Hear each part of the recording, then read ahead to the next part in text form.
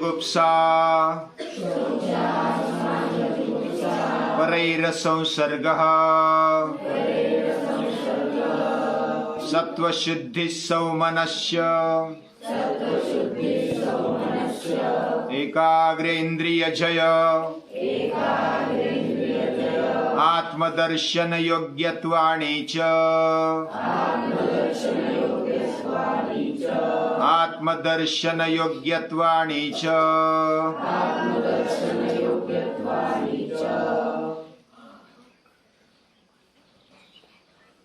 ऐसा बोला जाता है, शुद्धा ही बुद्धि किल कामधेनु। शुद्ध बुद्धि शुद्ध अंतःकरण कामधेनु है, सचमुच कामधेनु है।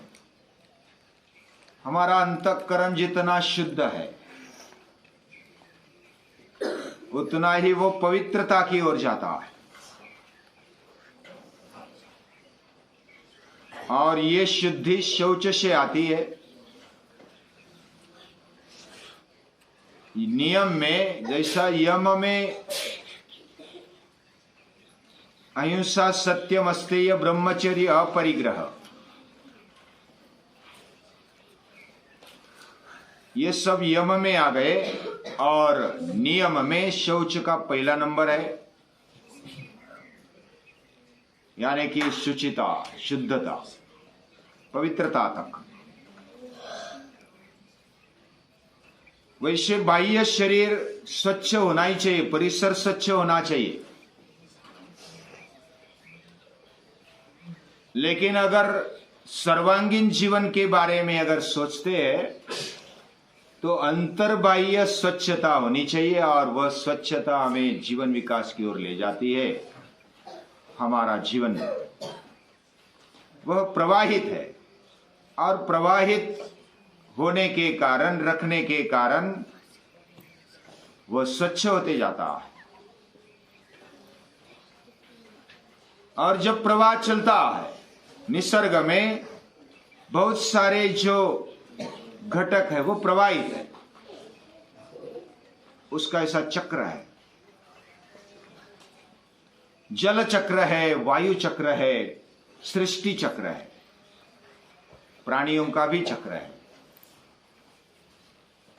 और वो चक्र के कारण वो प्रवाहित रहता है, और जो प्रवाहित हुए वो शुद्ध होते जाता है। नदी वेगे न शुद्धति, नदी वेग से शुद्ध बनती है, वह समंदर की ओर जाती है, और समंदर का फिर से बाष्प बन के फिर बारिश गिरती, पर्जन्य गिरता है, और बारिश के कारण सृष्टि हरी भरी हो जाती है, सुजलाम सुफलाम बन जाती है। और वो पानी बहते बहते फिर आता है समंदर की ओर, और उसका ऐसा प्रवाहित होना ही शुद्धता का परिणाम देता है। वैसा हमारा जीवन भी, हम अगर शुद्धि चाहते हैं तो उसको प्रवाहित रखें। शरीर की शुद्धि जल स्नान से, वायु स्नान से, सूर्य स्नान से हो जाती है, मिट्टी स्नान से भी करते हैं। अलग अलग पंचमहाभूतों का उपयोग करते हुए हम शरीर की शुद्धि करते हैं, इंद्रियों की शुद्धि करते हैं। इंद्रियों को योग्य विषय देने चाहिए, तब शुद्धि हो जाती है, होने लगती है। शरीर और इंद्रिय ये हमारे जीवन के साधन, और जीवन के साधन होने के कारण उसका महत्व भी है। शरीर माध्यम खलु धर्म साधनम, शरीर ये धर्म का साधन है। हमारे जीवन को विकसित करने के लिए, सतत विकास की ओर जाने के लिए ये बड़ा साधन है। इसलिए इसका महत्व समझना चाहिए। जब हमें ऐसा लगता है जीवन में कि हमारा साथ कौन देगा अंतिम सांस तक, क्या हमारे माता पिता देंगे? क्या हमारे भाई बहन देंगे? क्या हमारे मित्र देंगे? क्या पति पत्नी ये हमारा साथ देंगे? क्या हमारे बेटे, हमारे पोते हमारा साथ देंगे? जब शरीर ताकतवर होता है तब सभी साथ देते हैं, लेकिन शरीर दुर्बल बन जाता है, रोगी बन जाता है, बूढ़ा बन जाता है, जर्जर बन जाता है तो कोई साथ नहीं देता। हमारा सबसे अच्छा साथी है हमारा शरीर, और इसलिए शरीर पर ध्यान देना चाहिए। शरीर पर अभी से, ये बचपन है ना, बचपन फाउंडेशन होता है। हमारा शरीर कैसा बने, कैसा रहे, कैसा निरोगी बन जाए, इसके लिए बचपन से प्रयत्न होना चाहिए, पुरुषार्थ होना चाहिए। शरीर माध्यम खलु धर्म साधनम, ऐसा जैसे बोला जाता है वैसा 4 पुरुषार्थ है जीवन में, धर्म, अर्थ, काम और मोक्ष। इसमें अर्थ जो है वो पैसा नहीं, केवल संपत्ति नहीं है। सबसे बड़ा अर्थ अगर दुनिया में कोई है तो वो कौन सा है? शरीर है। इंद्रियों के साथ निरोगी शरीर सबसे बढ़िया अर्थ है। शीर सलामत तो पगड़ी 50, यानी शरीर अच्छा है तो बाकी सब कुछ मिल जाता है। शरीर अगर अच्छा नहीं है तो कुछ नहीं मिलता। शरीर ये साधन है। अभी तो ऐसी परिस्थिति है, बचपन में मौज मजाक करते हैं, जब तक ताकत होती है तब तक पैसा बहुत कमा लेते हैं, लेकिन जब बीमार पड़ते तो वही पैसा, वही समय, जो भी समय बाकी मिलता है वो सब आरोग्य पाने में जाता है। आरोग्य भी नहीं मिलता, पैसा भी चला जाता है, समय भी चला जाता है और मृत्यु भी जल्दी आ जाती है।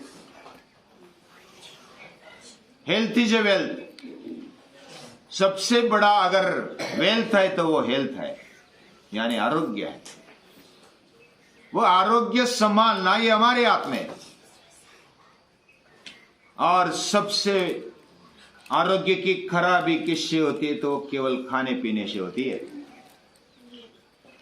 हम क्या अंदर डालते हैं, क्या अंदर अन्न पानी डालते हैं, इसके ऊपर से हमारा आरोग्य तय होता है।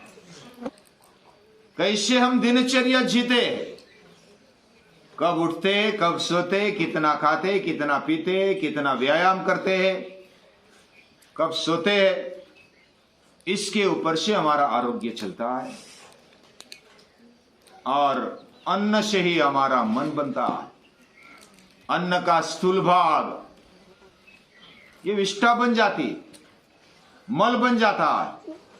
उसका मीडियम वाला भाग है हमारा शरीर बनता है। सप्त धातु बनते हैं, रस, रक्त, मांस, मेद, अस्थि, मज्जा, शुक्र।